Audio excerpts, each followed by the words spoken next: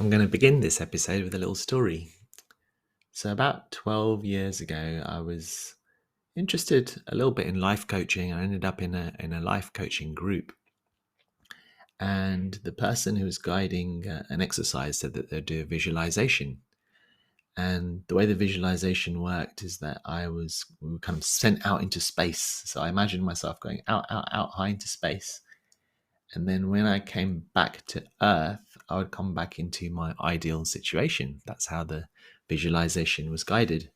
So I went up into the sky, and I was coming back down to Earth. I didn't know what would what would be in store for me.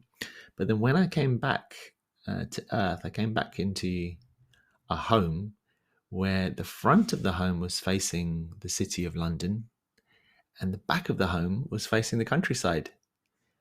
And it turns out that I was living in southwest London in a place which was kind of similar to that. It wasn't quite as nice a home as the one I'd visualized, but effectively it had a bushy park, a beautiful park on one side, and there was a train into the city on the other side. And the other interesting thing was, in this visualization, the work I was doing was teaching meditation and mindfulness full time. I was actually doing it in my home, and people were coming, and I was guiding them in these exercises, and it felt really meaningful for them and for me. And that was when I realized, and became more honest with myself, that actually, yeah, all these different things I'm doing is great, but what I really value and I think is very powerful is mindfulness and meditation. And so that's what I want to share with others. And so then I started to work towards that and trying to turn that into a reality. So there's a little story. There's a bit of storytelling, and that's what this week's episode is about. It's about not just storytelling, but what we call mindful storytelling. And I'm going to be explaining why stories are important, not just telling stories, but our own stories and understanding stories, and what mindful storytelling is all about too. So this is the Teach Mindfulness podcast. My name's Shamash, and this is what we're exploring. Now, I've been exploring the idea of mindful storytelling with my friend Calvin Niles, and he specializes in storytelling and mindful storytelling. And we've been on a journey together to explore what exactly it means and how it is helpful when you're working with others as well as for ourselves. And what we found helpful is a very classic model of storytelling. It's called a hero's journey. It was discovered and developed through a chap called Joseph Campbell. You may have heard of him. And it's essentially the idea that most stories and myths and legends for thousands of years that human beings share from person to person can be called a hero's journey. When I say hero, I mean heroine as well. And it's this journey of, you're in an ordinary world, everything's happening in a normal kind of fashion, everything's kind of okay, nothing special. And then some challenge comes up, some difficulty comes up, and we don't want to deal with it, and we avoid it, and we fight it. But someone comes to our aid to support us, maybe a mentor or a coach or a friend or even a book or an idea or a podcast. And then you decide, okay, I'm going to go for this. I'm going to take this challenge on.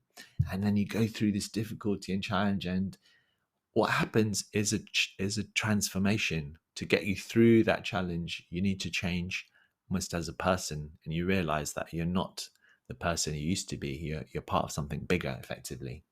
And these challenges continue several times and take different forms, and you come out on the other side a changed person. You enter from what they call the ordinary world into a special world, and you're a changed person on the other side. Your very sense of identity, not just your skills, but your sense of who you are changes. And one of our insights is that there's many versions of these stories happening all the time.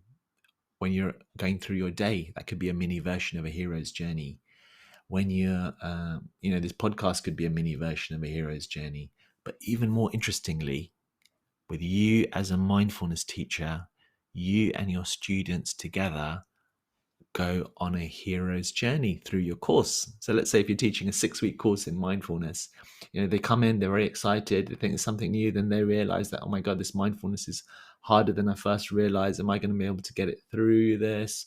And they might want to avoid it or not go through it, and they may stick with it, and they find that their thoughts are much more overwhelming than they first thought. And then there's a sense of transformation. And from the ACT model and from mindfulness and from spiritual traditions, we know that we're part of something bigger. We know that there is a part of us that observes our thoughts and feelings. Some traditions call it no self, some traditions call it the universal self, some traditions call it awareness, or just a deeper sense of connection. But we're not just, certainly what we're saying is that, we have thoughts, we have feelings, we have sensations, but we're not just that. And part of the hero's journey is to discover that. And we need to, as mindfulness teachers, discover that again and again. So it's really very exciting because we go on this hero's journey and our students go on it. And then it's really meaningful when we go on this journey together. We go on a group hero's journey. So it can work at so many different levels. And what drives us through to get us through to the other side? This is where some other aspects of ACT is helpful, which is our values. What is meaningful for us? Being a kind person, being a creative person, acting curiously, valuing connections. This is what gives us the motivation to continue through when have really difficult thoughts or really difficult feelings within our being. And actually realizing that the flip side, when we feel these strong feelings of anxiety, is because there's something in the situation that we really care about. And so rather than avoiding that feeling of anxiety, as we step into this bigger sense of who we are, we're not just the anxiety, we're the awareness behind it. We know that anxiety will pass, and we know that anxiety represents care and something important happening. And so rather than immediately running away from it, we go on this hero's journey with the support of others, perhaps, or on our own, whatever it is, to get through that, and using these resources and tools to help us get through the challenge. So that's mindful storytelling, and that's why it's important. And again, this is one of the areas that mindful teachers don't really talk about very much, but I think is really important. And the other beautiful thing is that I started with sharing a story at the beginning of this podcast, and hopefully you found it a little bit interesting, and it maybe gave you a little bit of an insight of how I came to become a mindfulness teacher or sharing mindfulness more. And there's a bit of connection that grows there, right? And so as you start sharing and opening up your stories, I didn't really share too much of a hero's journey in that initial story. I didn't talk about all the challenges I had when I was a teacher, or that sense of disconnection I had with some of the work that I was doing, and how this insight was really a big impact in that transformation. But as you start sharing these stories, and as your students, just from week to week, they go on the hero's journey. You tell them, okay, this week we're going to do the body scan, and all sorts of different things come up for them, and they come back the following week and they share with you what worked, what didn't work, what was challenging, and how they got through. And then other members of the group may share something.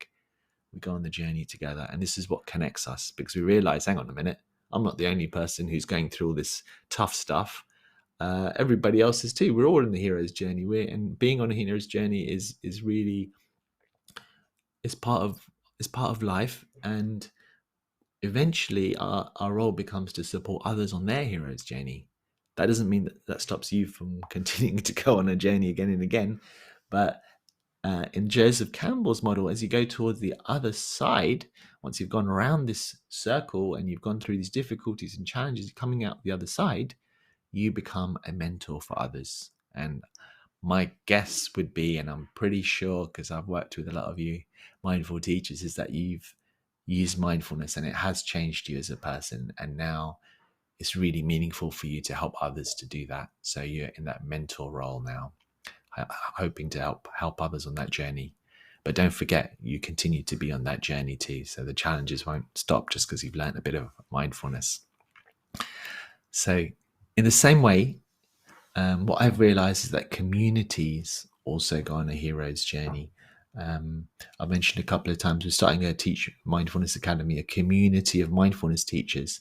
And even that community, like any other online or offline community, it will go on its hero's journey. It will start off excited and everybody wants to learn about something new, and then we realize what we need and what we don't need, and then we realize there's some difficulties and challenges we need to overcome, and actually we're going to have to bring a different part of ourselves and tap into a different part of who we are to be able to be a better mindfulness teacher, to have the confidence to find more students, to have the confidence to guide exercises to this group of people, or in this school, or in this workplace, or in this hospital, or to move from in person to online, or to move from online to in person. There'll be all these different challenges, but it's these challenges that make life meaningful, right? And so going on this hero's journey is important. And the more we go on that journey, the more we learn to be able to make space for the challenge that comes up. So that's the benefit of having been on several heroes' journeys and seeing it as a journey and as a story that we're going through. Well, even though I've kind of been talking to myself, I'm talking to you, and it's been exciting to share this with you. So thanks so much for listening. If you've enjoyed it, you can leave a review or share it, or whatever feels right for you to do. And I look forward to connecting with you in our next session. And remember, let me know, because the launch of our community starts on next week on the 1st of November 2021. So send me a message if you're interested in finding out more. We've got a free session on Thursday at 4 p.m. if you want to find out more as well. Okay, bye. Yes, I forgot to mention what we're going to be talking about in our next episode, which is the importance of practicing teaching mindfulness on a regular basis, and how to do that, why it's important to do that, and how to go about doing that. So that's what we'll be exploring in the next episode.